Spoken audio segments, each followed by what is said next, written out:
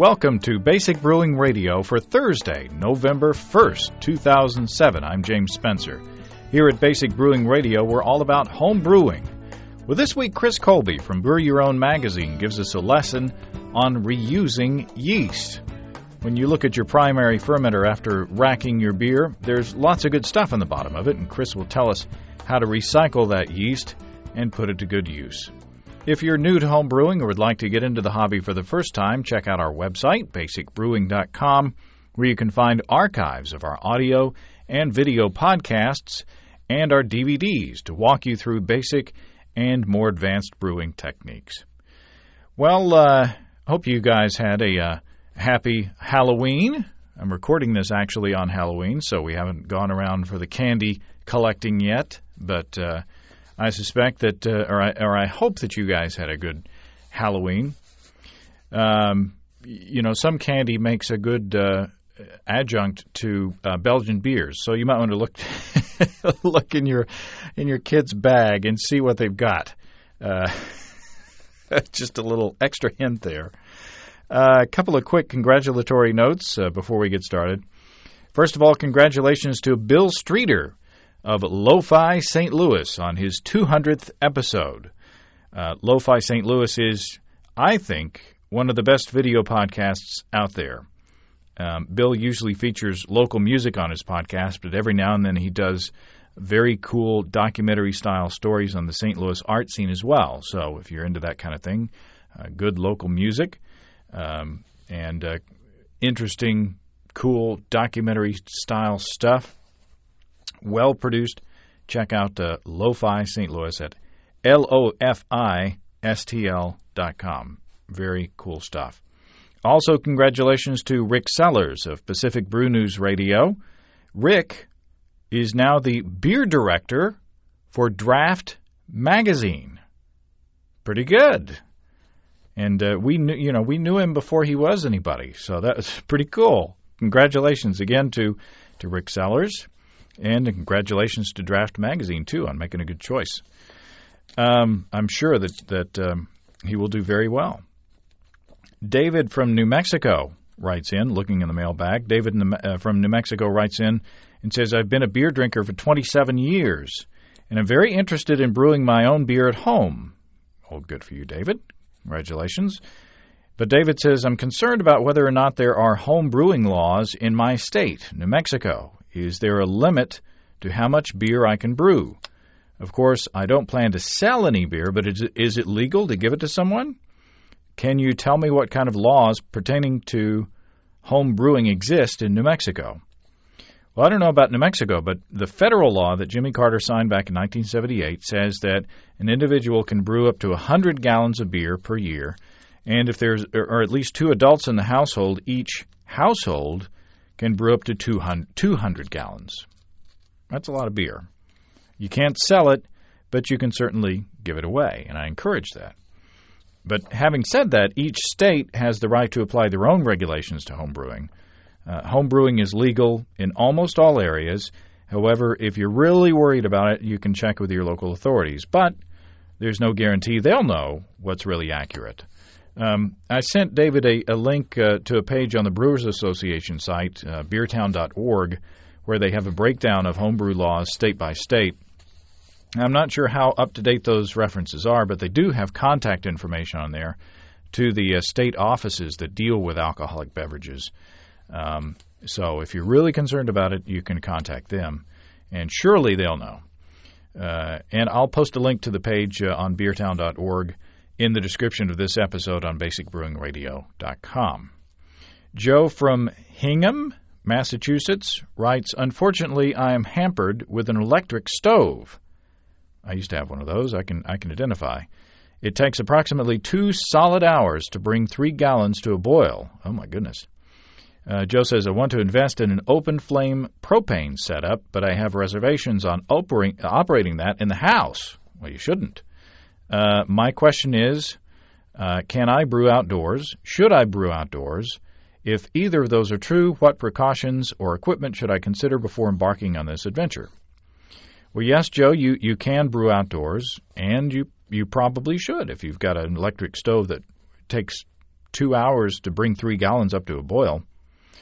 First of all, you definitely should not use a propane burner indoors without proper ventilation. It's not the same stuff as the natural gas that comes out of stovetops, and you can asphyxiate yourself or possibly even blow yourself up. But if you're out on the patio, like what I do, you shouldn't worry about it. I have a propane burner myself that was specifically made for home brewing, but there are turkey fryers out there now that are perfectly suitable for the purpose. When looking at those, I would look for a setup that will not tip easily. I'm not sure if they are the same way nowadays, but the early models were very vertical, very tall, and very easy to push over. And, you don't want to scald yourself or anybody else when you're brewing. Also, I'd keep the pets and kids well away while you're brewing. Also, you'll want to watch the kettle closely the first few times that you use your new, more powerful setup because it will come up to a boil much more quickly than your electric stove. I hope. Good luck in your outdoor brewing, Joe. The tips for labeling keep coming in. Micah from Sweden writes, I've heard your listener tips on how to attach beer labels to the bottles. I'm using ordinary office paper to print on, and then I attach the labels to the bottles with milk. Just soak the label in milk and then gently put it on the bottle. The milk dries within half an hour, and it doesn't fall off unless you soak the bottle in water. In other words, it's very easy to remove it when you reuse the bottle and put another label on it. That's interesting. Kind of like paper mache, I guess. I don't know. I wonder if the milk smells sour after a while, though. Maybe if you put it in the fridge, you won't have to worry about that. Then there's this from Kevin in Port Elizabeth, South Africa. I thought I'd share with you how I do labels. Basically, I create the label on the PC, then laminate and cut, punch a hole in the lamination, string through an elastic band, and hang it around the neck of the bottle, and put it on a corny keg, etc., etc. So that's a cool solution. You can they're perfectly. You don't have to remove them because they're never attached. They just hang by the rubber band. And they can also be used on kegs and stuff. Very, very cool idea. All right, let's get a move on into the meat of the show today. I get a lot of questions on handling yeast. So when an article appeared in this month's BYO magazine on the subject, I asked Chris Colby if we could talk about it on the show. He agreed, and we even went a little bit beyond the scope of the article to talk not only about reusing yeast, but washing yeast as well. Well, Chris Colby, welcome back to Basic Brewing Radio. Hey, James. How's it going? Going pretty well. It's time for another issue, and the article that I've picked out of this issue to talk about it's a topic that I get plenty of email about, and that is harvesting yeast. And John Sticka, we finally found out how to pronounce his name. Yep, got confirmation. John Sticka wrote an article on harvesting yeast, how to collect, store, and repitch from batch to batch. And it's a nicely written, concise article talking about various techniques for doing that. A year or two ago, I was playing with seeing how long I could go with one batch of yeast from batch to batch to batch to batch to see how far I could go without ill effects happening. And I got about 6 batches before I got tired of the process and decided to just get some new yeast.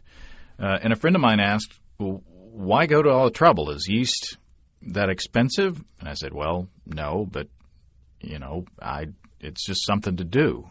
So why would someone want to reuse yeast from batch to batch? The main thing is if you brew on a regular schedule, and especially if you brew the same beer, over and over on a at least a relatively regular schedule, you've got a nice batch of fresh. If it's a sort of a low to moderate gravity beer, you got fresh, healthy yeast, right there at the bottom of your fermenter. And instead of, going out and buying a new sample of yeast, you can just reuse the old stuff. And I mean, also I think there's a little bit of, in every home brewer, there's a little bit of the self-reliance and the, I know for me sometimes just trying stuff, especially if like, oh, this is how a pro brewery would do it, I was like, oh, maybe I'll give that a try, because they obviously don't go buy a new, batch of yeast for every beer they brew. Right. So yeah, it's mainly getting fresh, healthy yeast, and it's also just trying something new. Is there a time when you wouldn't want to use yeast from one batch to another? Well, you certainly wouldn't want to use yeast from a batch if you suspected it was contaminated. That's pretty much a no-brainer. But you also, if it just performed poorly, if it was, sluggish fermentation, one that drug on forever, especially if you used that yeast strain before and knew that that's not how that yeast performs. Yeast from high gravity fermentations it is usually less viable than yeast from an average or lower gravity fermentation. And I mean, I guess I don't really know where, specific gravity-wise the cutoff would be there, because there would also be the factors of, how well you aerate it and your pitch rate, and it wouldn't be, obviously the kind of thing where over a certain specific gravity, your viability dropped from 100 to 0, it'd just be sort of a gradual. But, generally, I don't know, I would hazard a guess, I'd say if you're making batches over 1060, it might be better not to repitch that yeast. Yeah, high alcohol beers, that's not the most habitable environment for the yeast. So it seems like to me that if you had a high alcohol beer, that would be a stressful environment for the yeast to be in, and might not be the best yeast to carry on to another batch. Right. When you if you really want to repitch the yeast right, and have good results on a continuing basis, you need to think when you pitch yeast that you've grown up, either you pitch it straight out of the tube or the pack, or you make it a starter and then pitch it. Usually you're thinking about that batch only. I'm going to grow up the yeast. I'm going to make a yeast starter and pitch it, and then but when you're making yeast where you're going to do it on a continuing basis, where you're going to pitch and repitch and repitch, you need to think about the fact that, I've got to make things good for this batch of beer, but I also want the yeast to be in good shape for the subsequent one.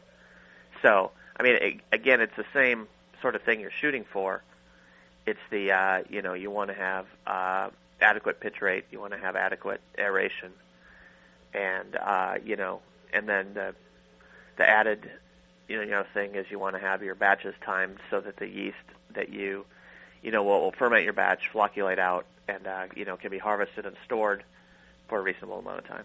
Of course, I guess the easiest way to reuse your yeast is not to store it, but to leave it in the primary and pour another batch of wort just straight on top of that.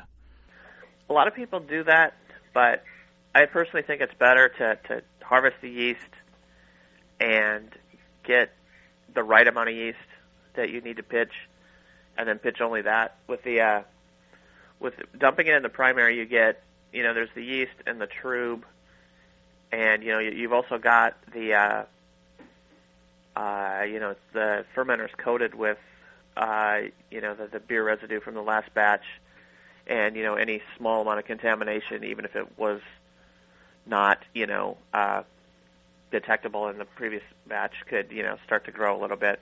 I mean, I know a lot of people like this, but I think it lends to over pitching, and I just like to, if I'm going to repitch, I'm going to want to harvest the yeast, take out just the yeast part of it, not the trub and the other stuff, and then repitch, a correct amount of yeast for that, rather than just dumping the entire batch. But that's just me. Like I said, a lot of people do that all the time and really like the technique, and a lot of people rave about the fact that it starts within like couple hours or something like that. And, Yeah, it takes right off. Yeah, I mean, that's confusing. I think, generally you want beers to start quick, but there's not it's not like the quicker things start that's always better. And there's certainly a point, I think at least, and some other people who, more importantly, know what they're doing, think that there's there's a point where you can get the yeast revved up too much. You can pitch too much. You can have the yeast sort of, too cranked up. And, part of brewing beer is, sort of putting a little bit of brakes on your yeast. You put the brakes on by temperature. They're not growing at, yeast love to grow at like 90 degrees Fahrenheit. That's, in that range is their favorite degree. So you put the brakes on with the temperature a little bit. And you do other things to keep them healthy, like, you aerate well and you pitch a lot, but you don't pitch, generally the accepted pitching rate isn't one that leads to absolutely the fastest start of fermentation or the fastest, drop down to the finishing. The average pitch rate, if I recall, allows for, in the batch of beer, allows for basically 3 duplications of the yeast before they get to fermentation density. And when you pour, your entire fresh batch of beer onto a previous yeast cake, you've got essentially, assuming that you have 100% viability, which you wouldn't, but you've got, close to all the yeast you need for fermentation. So they don't go through, more replication, or if they do, they just, then are overly dense for what you need. So the risk is essentially that you can get a beer that's too clean, that you don't get a lot of the fruity esters that may be appropriate for a certain style, especially in ales. Yeah, the sort of short message is that, the yeast having to grow a couple generations in the fermenter, that's where some of the character for each individual yeast strain come from. And if they don't get that growth, they can, you don't get that necessarily the character you want from the yeast. And, this may be one of the things, though, that, like I say, people have done this and tried it, so it's not it's not the sort of thing where, like, if you do that, your batch is absolutely ruined. It's not going to take off fast, it's going to ferment hard. But some people I've, read their, experiences online with it have said that the beer is, like, extremely clean, almost too clean. That it's just, I forget what the term they use, but just, there was, like, no character to it from the yeast.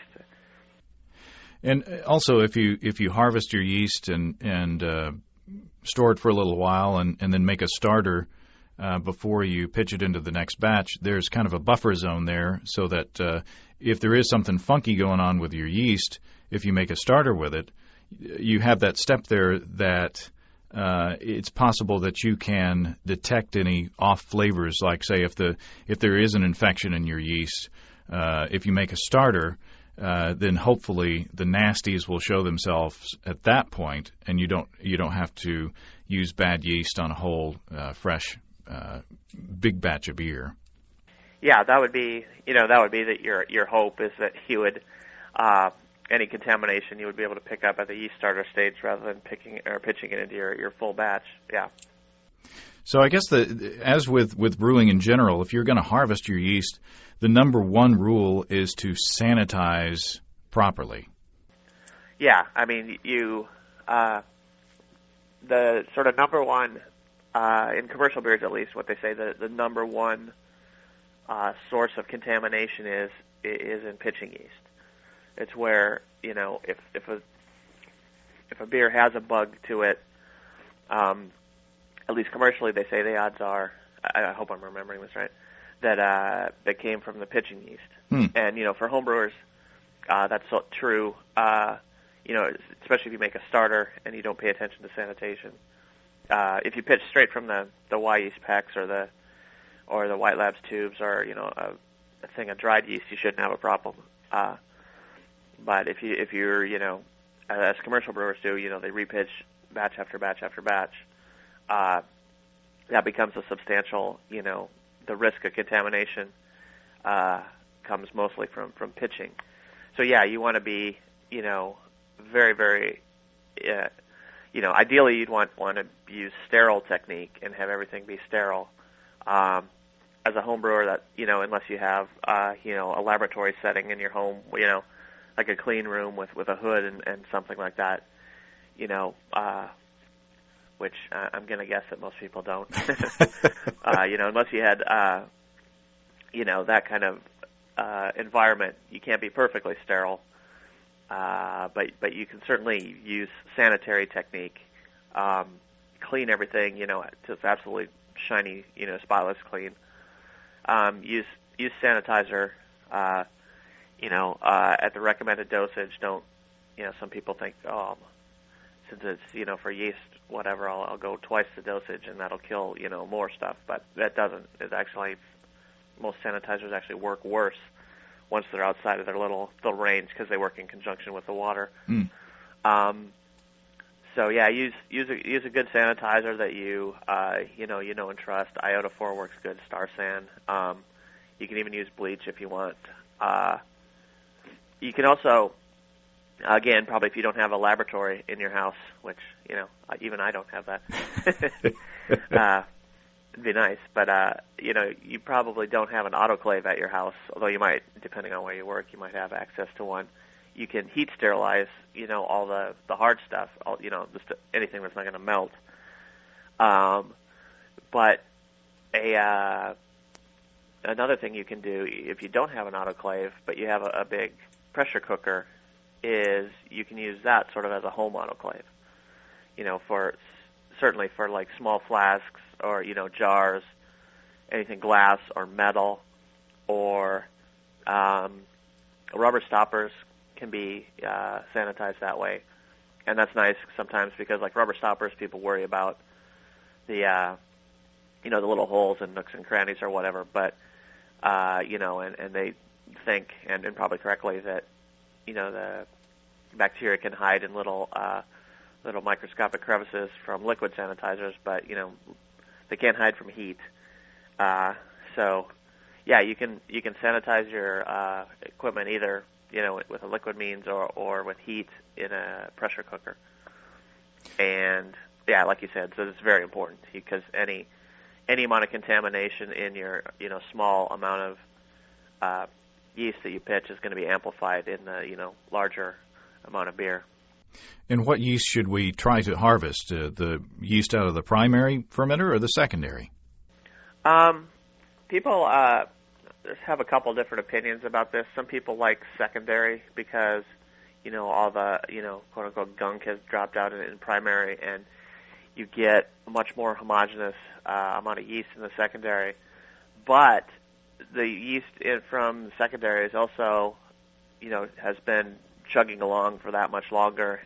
It's also been, it's the yeast that didn't fall out of solution, early.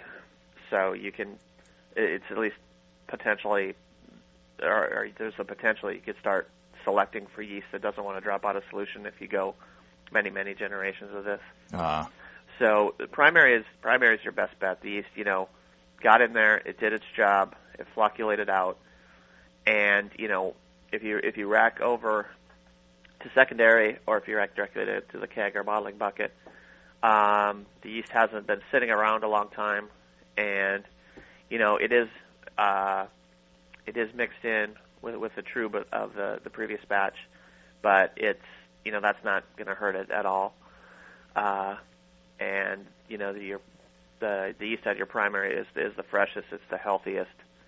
It's it's the yeast that's most, compared to secondary, it's yeast that's seen oxygen the most recently, because oxygen's a big factor in yeast health. So yeah, definitely go with your primary yeast. And what are we looking at? I mean, when there's sort of a stratification in the yeast cake at the bottom of the fermenter, what part of it do we want to save? Yeah, there's like a creamy, sort of beige-colored middle level that looks, not surprisingly, like yeast. If you take a look at like a White Labs tube Or if you cut open a Y yeast pack and like just look at the yeast, just the plain old yeast in suspension, it's got a very distinctive look, and especially like the texture of it has a real distinct look.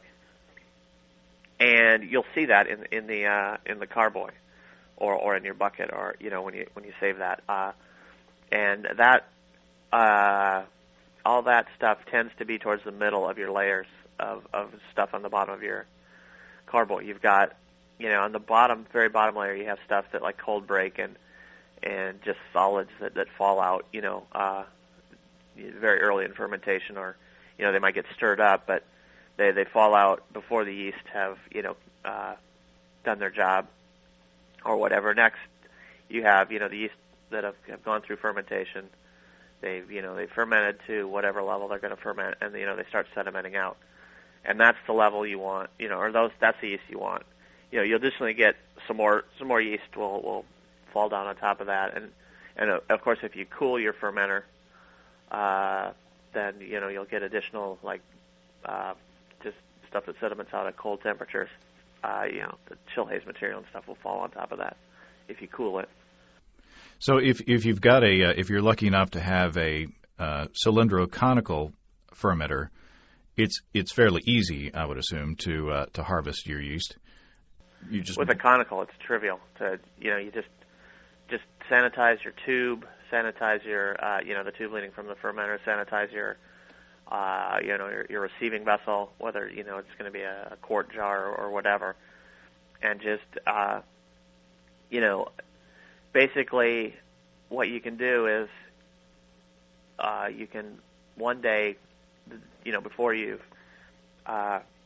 done anything, it's fermented and you suspect that the yeast has started to go out there one day, open it up and blow off just a little bit, maybe 250 to 500 mils of something, and that'll blow off all of the bottom stuff, the stuff you don't want, and then just wait a day, come out and collect the next maybe quart or liter of stuff that comes out, and that should all be fresh yeast slurry. That'll you'll get like a quart or whatever, and that'll probably sediment out to about half or maybe a third of that into like a thick yeast slurry. So yeah, with a conical, it's really easy, and it's easy for two reasons. It's you collect it, but it's also easy to get the right layer, because it's easy to say when you've got a bucket or a carboy there, oh yeah, get the middle layer, but how do you do that? Because you'd have to you have to scoop at the right level in a bucket, or you have to dump it out in a carboy and then let it settle in another vessel, and then sort of resample it from there. But in a conical, it's real easy. Yeah. What if you do have a bucket? What's the best way of harvesting yeast there? You can go two different ways. You can just take a sanitized spoon, and you can either, if you want to be really fiddly, you can try to scoop off the top a little bit and discard that, and then scoop the next little bit and put those into your collection vessel. A little bit easier just to try to scoop. Forget about the top layer, because it's not going to be that bad if you collect some of that, and just scoop deep enough in the bucket to get the fresh yeast. With a carboy, you're going to need to pour it out into another vessel, let it resettle, and then you'll from that secondary collection thing, you'll have to do whatever you're going to do to get the yeast. If it's like a wide mouth quart jar, you'll just see it'll settle down. Just pour the yeast off the top, and then take a sanitized spoon, scoop the top layer, throw it away, and then take the sanitized spoon and collect the rest of it. If you've got a bucket, you can also harvest yeast in the middle of fermentation, too. Oh, yeah, for top cropping strains, sure. They'll float to the top, and, either a bucket or a cylindrical, conical, you can scoop that right out. Once you get your proper yeast, how do you store it? I mean, what do you store it in, and what are the conditions that are best for storing it? Well, you have a couple things to think about when you store yeast. First of all, of course, you want it to remain as healthy and viable as possible during storage. And generally that means to refrigerate it. You can't freeze it because that'll kill all the yeast. But you want to keep it as cool as possible because that's going to slow down their metabolism. It's going to slow down everything. So putting it in the fridge is a good bet. If you can get it even colder than refrigerator temperature, that's even better. If you have, say, room to put a small picnic cooler inside your fridge, fill that with ice and put your container of yeast in that. Or, you can even just take a big baggie, like a Ziploc bag, surround your sample jar with like crushed ice and put it in that baggie and put that in the fridge. That'll work well. Or, you can, if you have a picnic cooler full of ice and it's fairly big, you can use that because that'll keep it right at 32 if there's a mixture of ice and water. So yeah, you want to try to keep the yeast at as close to freezing as possible. So refrigerator works just at the temperature it runs at, which is usually around 40 degrees F, especially if you're gonna reuse the yeast right away. If you can do something to get a little colder than that, like ice the sample, in addition, that'll do well. Another thing you need to think about is you've got, a large amount of yeast that's still in a beer medium, and it still has the possibility, and more likely the probability of producing CO2. So you want to make sure that you store the yeast either in a container that has a fermentation lock on it, like if you stored it in, say, an Erlenmeyer flask, you could put the stopper and the fermentation lock on it. Or, more likely people are going to store it in like a canning jar or something with a tight seal. If that's the case, you need to go back once a day, and maybe even a couple times the first day right after you harvest it, and just crack the lid a little bit and let off any pressure. Because two things can happen. If too much pressure builds up, it is toxic to the yeast, and you start losing viability pretty quickly if it's really under a lot of pressure. And then also you've got a pressurized container that you got to open, and it's going to spray all over. And of course, worst case scenario, depending on how much pressure builds up and the thickness of the glass in your container, you could actually have one rupture. And obviously you don't want a ball jar full of yeast to explode in your fridge or in your hand. Better in your fridge, but or anywhere. Yeah, exactly. Yeah, better in your fridge than when you're holding it. But yeah, you want to. So when you store it, you want it to be cold, and you want to have some sort of pressure release, whether it's sort of automatic, from storing with an airlock on, or if you want it to be, so if you want to manually release the pressure. And how long will the yeast be happy there? The yeast will stay, if you got it, especially if you got it at 32 degrees, you've got it on ice or in ice water or, surrounded by ice and it's in the fridge. You've got at least a couple weeks where you can use it sort of as a direct pitch, where you won't have to make a starter intermediately. It's the real answer to that would involve, going through strain by strain because different strains have different storage conditions. An assessment of how, the health of all the fermentations was. But generally, if you ran a good homebrew fermentation with most strains of yeast, you can keep the stored yeast for a couple weeks and repitch it. And beyond that, you can keep it for, I don't know if I want to venture an actual number, but you can keep it for quite a while longer than that if you're going to pitch it into a starter and sort of wake the yeast up and revitalize it. I'd maybe say a couple months, and that gets very much strain dependent. Some strains will, some strains you could probably keep for a year or two and revive with no problem. Others would be, dead within a month. Now, that's as far as John's article goes, and you wind up, as you said, with storing yeast in beer, essentially. If you want to go a step further and wash your yeast with water, I used to point people to the Yeast website where there was a detailed description of how to do it, but they've since redesigned their site and that page went away. So I want to kind of quickly go over the steps for doing that. And I think it's similar to the instructions that John Palmer has in his book, How to Brew. So there's another resource that you can look it up for more detailed instructions on how to do it. But can you walk us through sort of the process of washing with water? Basically, the idea in yeast washing, and there's a couple different ways you can do it. You can do it with just water, and there's also a way to do it where you wash in a weak acid solution.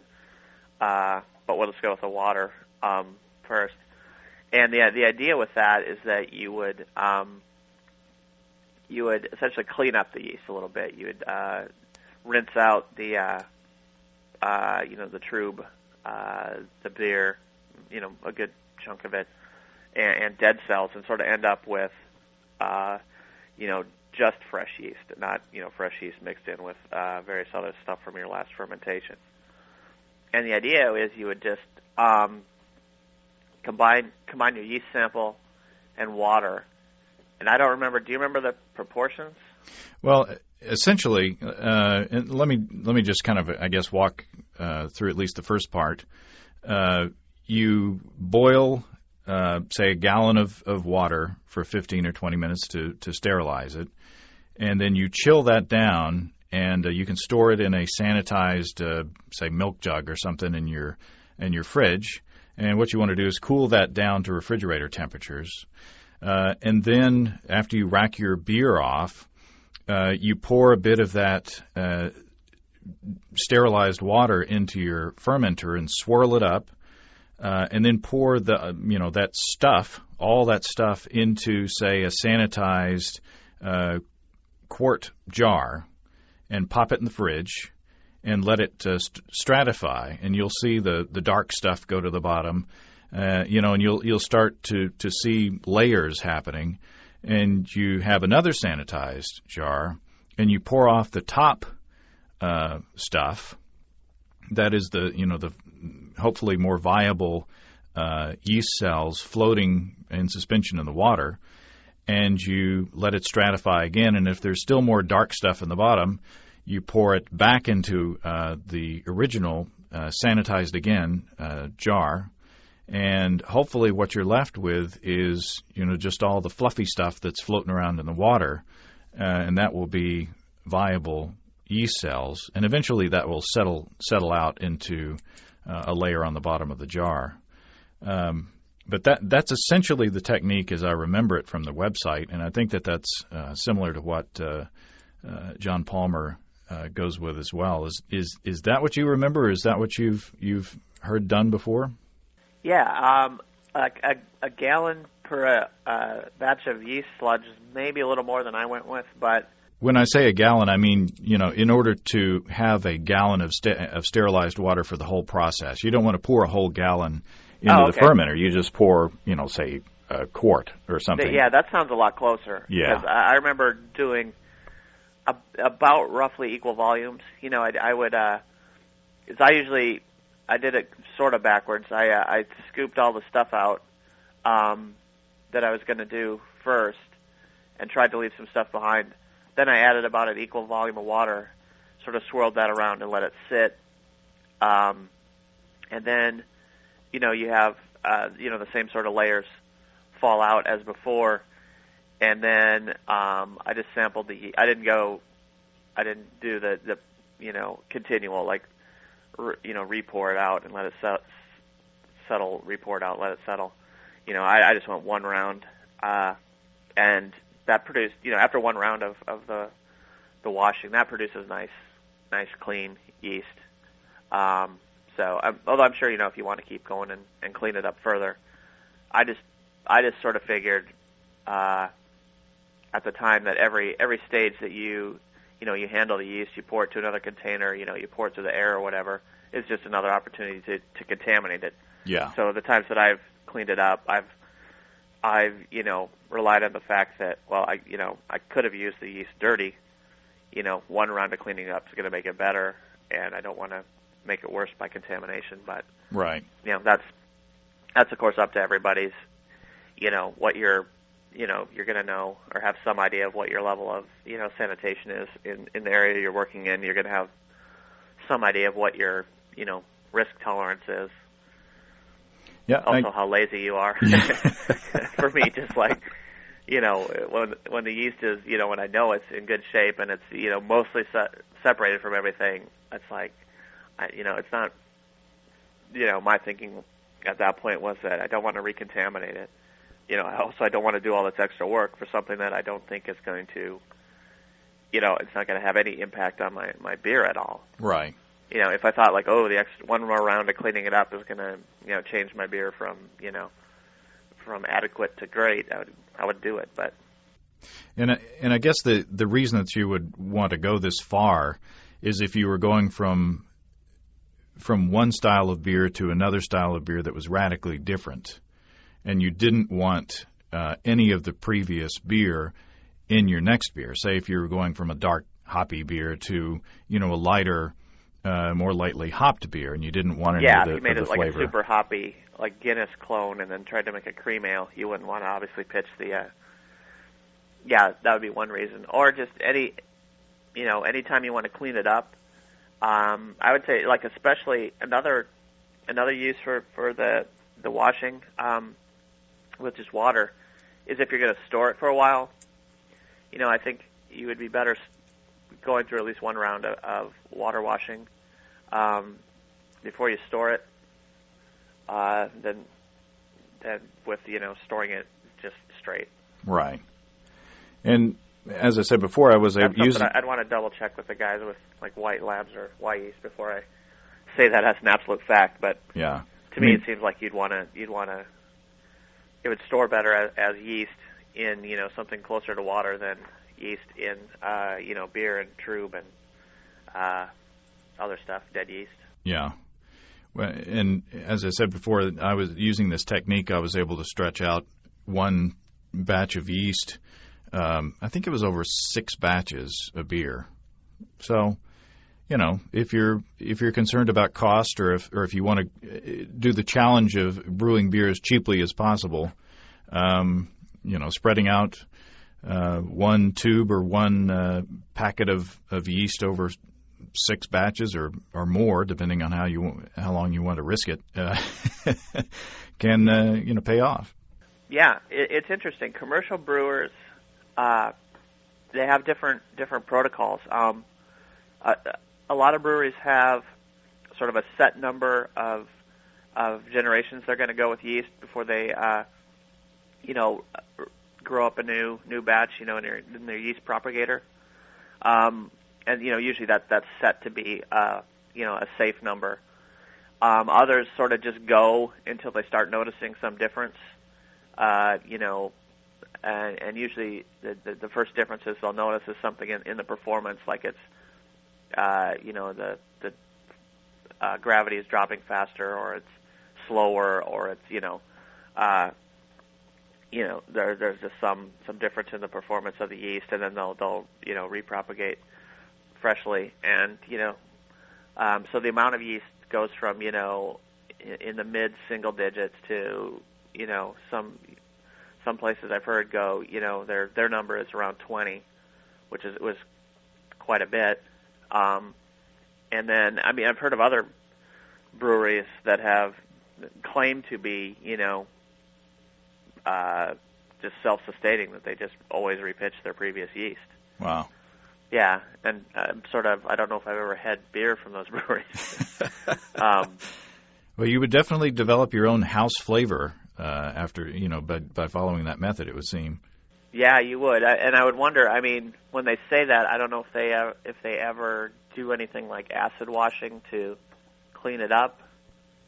All I've heard is they just say that they continually repitch and they don't ever start from, scratch. Yeah, because that's, the the biggest problem you're going to run into with sequentially repitching your beer is that even the cleanest home brewer or the cleanest commercial brewer, there are wort spoilers or beer spoilers, microorganisms in the environment, and eventually, they're going to be in your beer, and that means they're going to be in your yeast, and you're going to be, repitching them, and there's going to be a point where, at one batch where they go from below detection or maybe barely detectable in the previous batch to, now you've got a contaminated batch of beer. And also the yeast itself can mutate over time. Yeah, that can happen. The yeast can both mutate, where actual, changes in the genetic code occurred. It can also just acclimate. There are strains that, like if you just read the Y yeast, either the Y yeast or the White Labs, their Oktoberfest strain, they tell you that it's kind of sluggish in its first generation. Huh. So for people who, you buy the fresh yeast, and that Oktoberfest strain is actually one of my favorites for lagers. You aerate well, you pitch well. You've grown up a pretty big starter. Like, for me, it's about, in an Oktoberfest kind of thing, it's about a gallon for a 5-gallon batch of beer. And you pitch it, and the next day, there's nothing happening. It's like, oh crap! But a little bit later on in the day, the fermentation gets going, and you're like, oh yeah, I remember this yeast now. It just takes its time. Yeah, and so some strains can do that. They can just acclimate where they haven't actually, there's no change in their genes or anything, but they've just, made whatever physiological changes that then, of course, get passed on because they just split by, binary fission. And, so you can, that's one thing to look for is change in yeast performance. Well, excellent.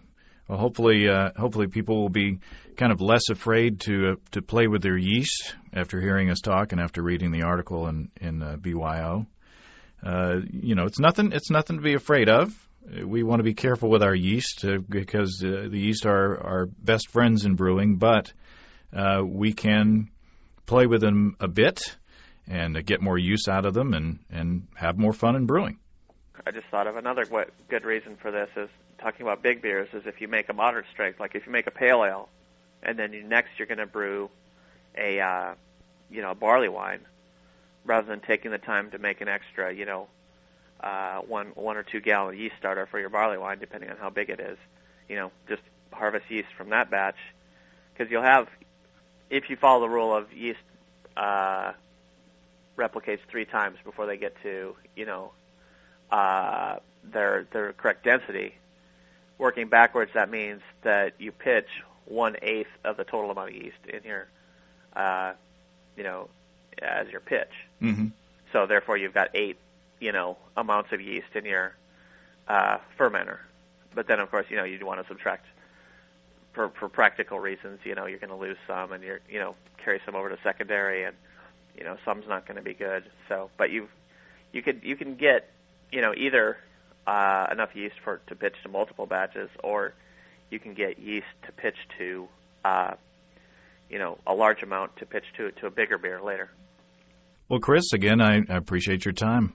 It's been fun, and we look forward. I've previewed your article for the next issue, so oh yeah, I sent you that. I look forward to talking about that next.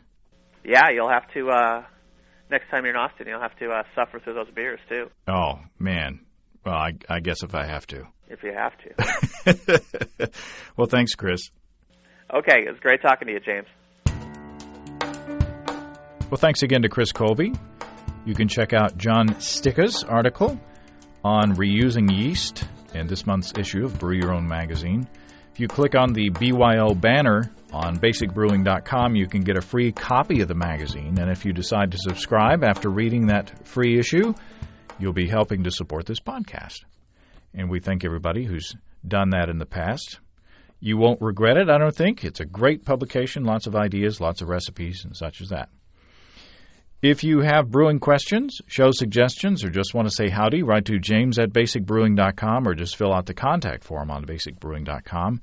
And please don't forget to tell us where you're from And while you're on our site, you can check out our online shop where you can find great pricing on our DVDs and a combo deal to save you even more. In our first DVD, Introduction to Extract Home Brewing, we walk you through the extract brewing process step by step from boiling to bottling. And in Basic Brewing, Stepping into All Grain, we take you through the all grain process from milling your grain to collecting your wort.